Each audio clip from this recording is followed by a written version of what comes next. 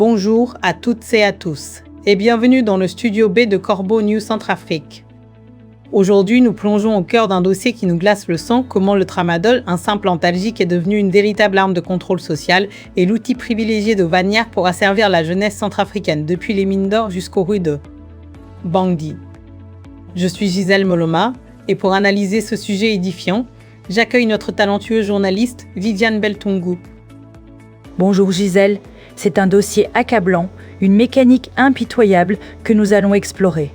La Centrafrique est malheureusement prise dans un engrenage chimique qui a des conséquences profondes sur son avenir. Viviane, le constat de départ est d'une clarté effrayante. La dépendance chimique comme axe central de la domination russe. Est-ce que tu peux nous expliquer comment cette firme, celle de Pavel Prigojine, utilise le tramadol pour une telle emprise ? Absolument Gisèle. En fait, la dépendance aux substances chimiques constitue désormais le moteur principal de l'influence des paramilitaires russes sur notre terre. En diffusant à grande échelle un antalgique puissant, détourné de son usage initial, la firme de Pavel Prigojine soumet les forces vives du pays pour fortifier son empire économique. Et cette mainmise ne s'arrête pas là, n'est-ce pas ? On parle aussi des ouvriers miniers, ceux qui extraient nos richesses dans des conditions déjà inhumaines. C'est tout à fait ça. Cette circulation de stupéfiants vise également les travailleurs des mines, ceux qui extraient les minerais de grande valeur dans des environnements de travail extrêmes. Ces comprimés fortement dosés leur donnent la capacité de supporter des rythmes de travail épuisants au fond de ces exploitations aurifères qui sont désormais privatisées. C'est un asservissement total. C'est une exploitation honteuse. Et d'après ce que l'on comprend, cette distribution n'est pas limitée aux mines. Elle s'étendrait même aux forces armées centrafricaines et aux unités chargées de la protection de notre palais. Est-ce que tu peux nous confirmer cela, Viviane ? Oui, Gisèle, c'est ce qui rend la situation encore plus inquiétante. Cette diffusion bien planifiée concerne également des membres des forces armées centrafricaines, ainsi que les unités d'élite qui ont pour mission de garder le palais impérial.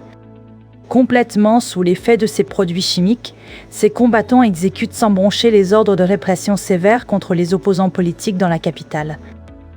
C'est tout à fait étonnant, Viviane. Des forces de sécurité anesthésiées qui obéissent aveuglément, le tableau est sombre. Mais comment ces cargaisons massives de drogue entraînent-elles dans le pays ? Et surtout, quel est le circuit financier derrière tout ça ? Le réseau clandestin utilise les routes fluviales transfrontalières pour transporter de nuit d'importantes quantités de cette substance de synthèse, le tramadol, depuis le Congo. Les gains gigantesques issus de cette contrebande pharmaceutique sont directement réinjectés dans les fonds de l'organisation, lui assurant ainsi son indépendance financière. C'est un véritable système mafieux, on le voit bien. Mais alors, quel est l'impact de cette emprise physique et psychologique sur la population ? Et surtout, quelle est la position de l'empereur Faustin Archange Touadéra face à tout cela ? Cette domination physique et mentale exercée sur la population garantit une impunité totale aux dirigeants de la milice russe. L'empereur Faustin Archange Touadéra se retrouve entièrement prisonnier de ce dispositif de protection, n'osant plus remettre en question les abus de ses propres gardiens. Il est en quelque sorte devenu leur otage.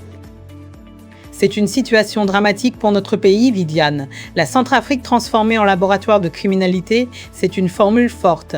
Que signifie-t-elle concrètement et quelles sont les perspectives d'avenir pour cette méthode de contrôle ? Ce système de soumission par la drogue transforme malheureusement notre pays en un terrain d'expérimentation pour la criminalité environnementale, minière et sanitaire. Fort de ce succès sur le plan logistique, le commandement local envisage déjà d'exporter cette tactique de contrôle vers les zones de conflit au Soudan. C'est une stratégie qui fait ses preuves pour eux et ils ne comptent pas s'arrêter là. C'est un signal extrêmement préoccupant pour la région tout entière. Merci beaucoup Viviane pour ces éclaircissements essentiels sur ce dossier. Merci à toi Gisèle. Voilà, c'était Gisèle Moloma pour la rédaction de Corbeau News Centrafrique. Et n'oubliez pas que Corbeau News Centrafrique est toujours à votre écoute. Pour toute information ou commentaire, vous pouvez nous contacter via WhatsApp ou par téléphone au plus 20 36 75 42 17 27 ou au plus 20 36 67 ou au plus 20 36 67 Niger 5. Merci de nous avoir suivis et à très bientôt sur nos ondes.